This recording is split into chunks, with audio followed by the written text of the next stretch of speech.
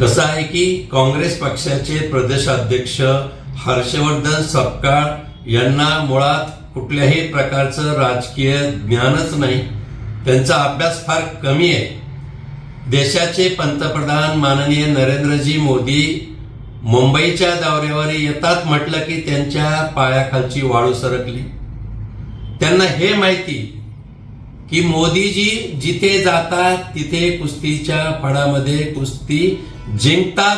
हे जगाच्या पाठीवर देशानं पाहिलेलं आहे. आणि म्हणून कुठल्याही जत्रेत गाजराची पुंगी ते कधीच वाजवत नाहीत. पण तुम्ही किती तुम्हाला स्मृतिभ्रंश झालेला हे लक्षात घ्या. ज्यावेळी इंदिराजी गांधी पंतप्रधान होत्या, सोनियाजी पक्षाचं नेतृत्व करत होत्या, एवढंच नाही तर वर्षानुवर्षे तुमची सत्ता असताना स्थानिक स्वराज्य संस्थेच्या निवडणुकीमध्ये तुमच्या नेत्यांनी भाग घेतलाय.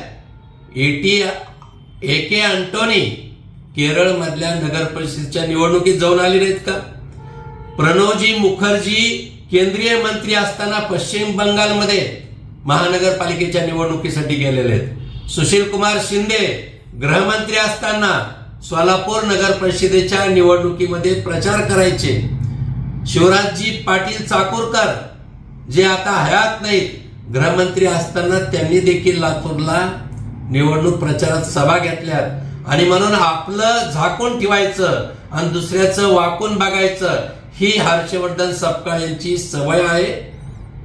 एक मात्र नक्की आहे की बोलायला तुमच्याकडे कोणतेच मुद्दे नाही आणि म्हणून सत्ताधाऱ्यावर टीका करायची आणि बेताल बडबड करायची, याशिवाय दुसरा कुठलाही धंदा नाही.